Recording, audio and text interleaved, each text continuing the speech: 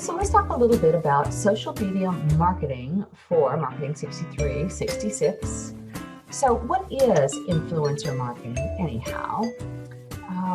It consists of several elements, and I'm going to take you through the definition, the benefits, how it works, and finding the right influencer. Those are the four elements of this presentation.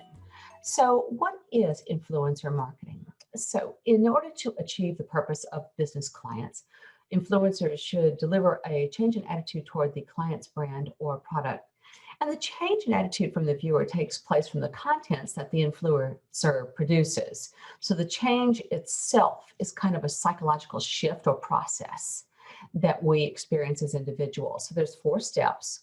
First, it's about the reach, and this is about finding the right influencer who is available and accessing their information distribution channel. So influencers have their own expertise, and we'll go into that a little more. Endorsements from an influencer can be useful, but they have to be authentic. Then you want to act. This means encouraging participation by creating a secondary marketing campaign to generate a stronger or greater level of awareness to reach more target consumers. You have the conversion element, which is, since influencer marketing is believed to be and shown to be a powerful tool to generate sales, it actually results in sales because marketing-induced consumer-to-consumer word of mouth generates more than twice the sales of paid advertising. So your value per dollar spent is greater. And then finally, engagement. So at this point, building a customer relationship is your key focus, and influencers turn the first-time customer into a loyal and long-term customer of the product or service. Who are these influencers? So they can be celebrities, they can be Instagram or YouTube stars, they can be bloggers and journalists who are well known. But the bottom line is they spread the word about your business or product through their existing social channels.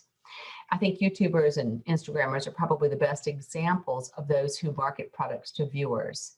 And what happens is that the influencers are trusted figures within a narrow or niche community, and they have a loyal following. And your company often wants to be able to access those loyal followers. And then these influencers also possess knowledge or experience about what they are up chatting. They gain fame via content that relates to many, and they take advantage of social engineering to suggest product plays that have a significant role in their life and ours.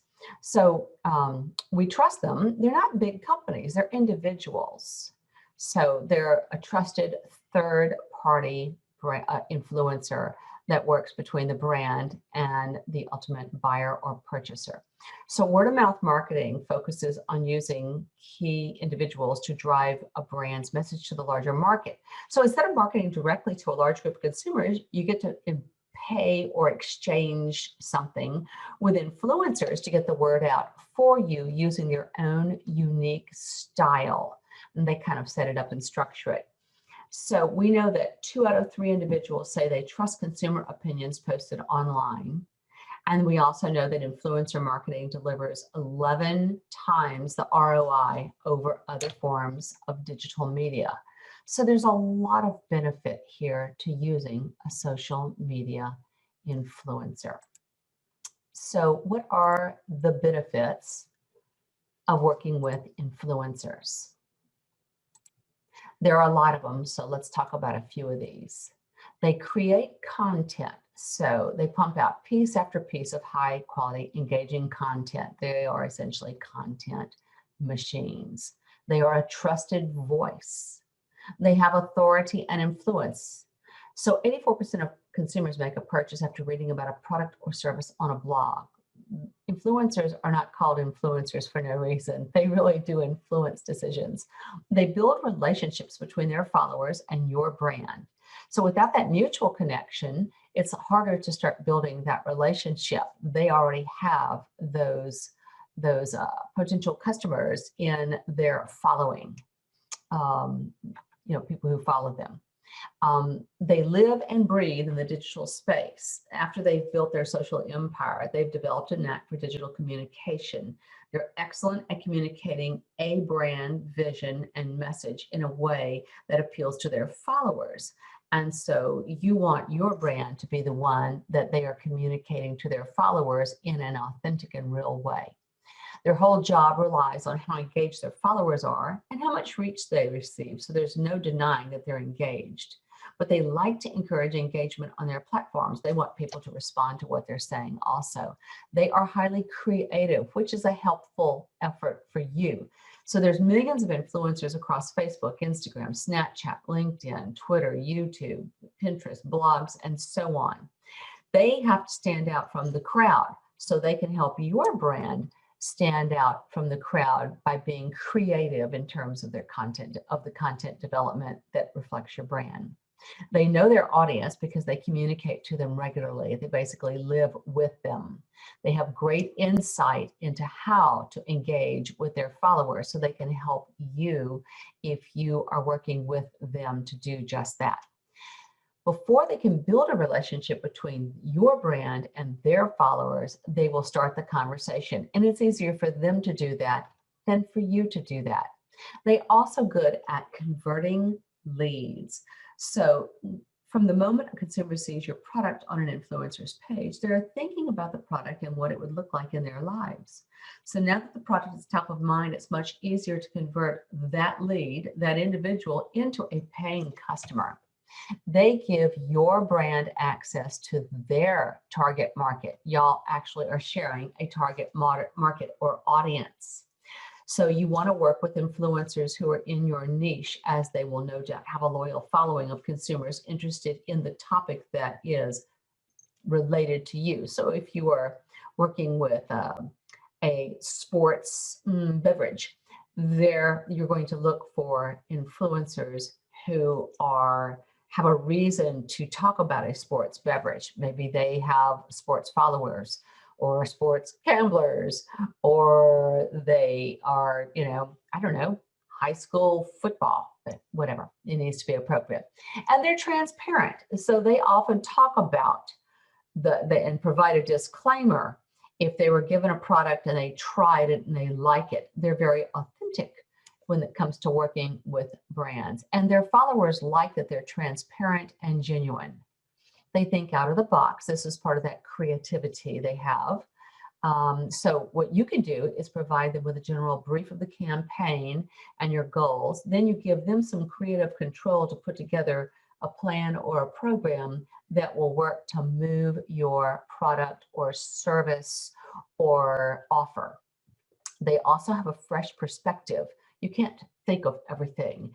Having someone else think about it, they'll bring their own ideas, perspective, and experience to work, and they can put some flair on your marketing strategy and give you a point of view from a different angle, right? And then, of course, they'll grow your social following. Not only are they appealing to or responding to the needs of their following, but you can request a tag, a hashtag for your brand in all influencer collaborations so that you'll grow your following. And that's critical. That's what they're there for. So the big question here is, how does this work? How do you find what you need? So to select an influencer, first of all, you want to develop a plan that makes sense. What are you going to do? Are you launching a new product or service? Is this about an event? Are you looking at a promotion or a contest and you want to get more entries into that activity? Do you want an influencer to help others pay attention to this new product or these events or enter a contest? So if you want an influencer to write a blog post, review your product, or hype up an event, you have to think about what you're willing to give them in order to get this. They don't just do this for free, right? But you also don't have to pay them $10,000. Are you going to send them different products to review 3 times a year? Are you going to have exclusive VIP tickets to events that they'll be invited to? Are you expecting them to post, promotions on Twitter, Facebook, and then do an Instagram takeover for an event? That's critical. So you also need to find the right influencer, right? Um, this is it's something that's going to be critical. So as you search for influencers, you need to consider the criteria you are seeking. You want them to be relevant. So the audience must be appropriate, and what they do must be appropriate also.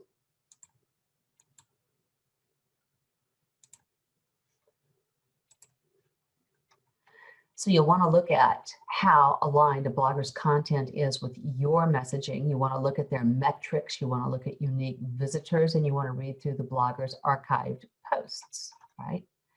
You want to find influencers whose niche aligns with your business, products, or industry. Then you have their engagement. So how well do their readers respond and comment and share? That's pretty important. When you're looking at reach, you're wondering or determining if the influencer has enough of an audience that the content you create or promote together will actually bring you and your brand some value. If you're going to invest in this time, it's critical, right? And you want to see what other social platforms your customers visit. Make sure you do your outreach slowly. Don't approach influencers right off the bat with an offer of a brand partnership. Just start following them, keep an eye on them, kind of get to know them online. In terms of frequency, there's a correlation between how often a blogger posts and their traffic and rate of return visitors. So if they're posting high quality content on a regular basis, readers are likely to return, bookmark, and share. So you don't want to choose your influencer or influencers lightly. And then of course, authenticity. So believe it or not, bloggers who have a smaller ratio of sponsored content tend to be more trusted and to appear more authentic. I know it seems counterintuitive, but that's how it works. So personal stories that include genuine use or mention of a product and service are more trusted than just product reviews. And compelling and engaging stories tend to get more shares and comments, and they drive followers to check out the brands that are being presented. And finally, you want your influencer that you choose to have the personality and style that aligns with your messaging and your brand's values. So that makes your content truly appealing and relevant to your target audiences. So this is one way of managing the influencer that you're going to find. We'll talk about finding that right influencer in a minute, but this is a good example. So you want to, this is sort of a recap. You want to make sure that they have the appropriate social outreach. You want to make sure they're related to what you are marketing. And then you start the conversation, discuss the kind of content you want, and then get engaged. And you do have to do a little bit of give and take. Maybe it's just a Starbucks card. Maybe it's just including them at the game if you're doing something in sports, right? That's all it takes. So when we talk about finding the right influencer for the brand, where do you find them? Well, there's a lot of material out there on this, but I want to cover a couple of things. So you can use a social media. So with LinkedIn, you can do searches to find influencers. But when you find them, message them about their content. Be sure you know what they're doing, you've researched it, and ask them if they wouldn't mind having a chat about it. But be honest and transparent about how you found them, and then start the conversation. On Twitter, you can use an advanced search function or hashtags. You can join conversations and lightly participate. So as time goes on, the social media influencer you've targeted will start recognizing your Twitter handle. So when you reach out, it won't be weird and stalky and random. You definitely want to be open. On Instagram, you can find micro influencers. They should have 1,000 to 10,000 followers. Take a look at what they post about and look at the reach of their posts and if they've been sharing your updates. That's right, you have to participate. And it's like on Twitter, you can just search for influential hashtags. Always use set alerts for keywords relevant to your brand on Google Alerts. And you can look for influential bloggers by reading through their posts and ascertaining if they write about topics that are relevant for what you're marketing. Be sure and check out their domain authority and their social media statistics. And then there's influencer marketing platforms that you can use to help find influencers. You usually have to pay for those, like Grin and BuzzSumo, BuzzStream, Follower Wonk, Tribe, things like that. And then, of course, to engage with influencers, you will want to carefully approach them so as not to frighten them, right?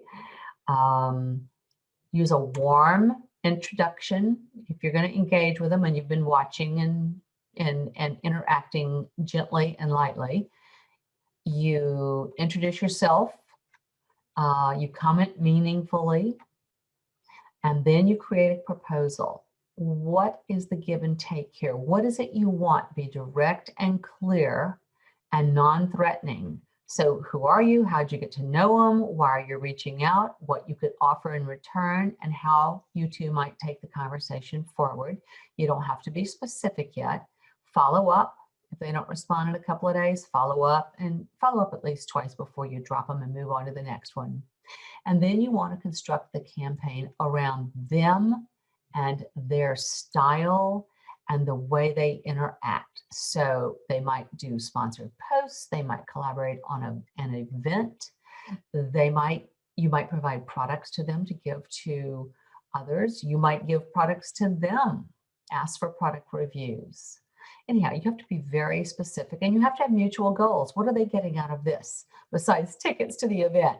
They need to feel that this is something that their followers would truly appreciate and think is cool. They also need to be allowed to create their own style, I guess, their own strategy. Remember, they are creative and they will know what would fit. Now, there's a lot of discussion at this time about micro-influencers, and what's happening there is that micro-influencers are more popular. Everybody does not want to be a Kardashian, right? So micro-influencers may have 500 or 800 followers, but perhaps they are all HBU athletics fanatics, right? I would love to have direct access to 500 to 800 HBU athletics fanatics, or maybe women's athletics fanatics, right? So micro-influencers are just as important as those influencers of larger groups, because they are specific in terms of brand relevance. They usually interact very frequently, but with a smaller number of individuals. They are hugely trusted. And they do have brand relationships that are persistent. They will serve as an advocate and they will influence their followers to take a desired action. And that may be to participate or do something that you're hoping to do, correct? So the right influencers can lead your campaigns to success, but it's on you to build long-term relationships with those influencers so they know who you are and they trust you as much as you trust them. You need to consider that you should provide fair compensation, even if it's just a barter or an exchange. You have to introduce them to your networks, share freebies, stay in touch. Even when you're not doing something, you should stay in touch. They're there for the long haul. And doing that will ensure that your influencers are more invested in your campaign's success. I hope this little meandering through the concept of using social influencers is helpful as you pursue your campaign for your market project.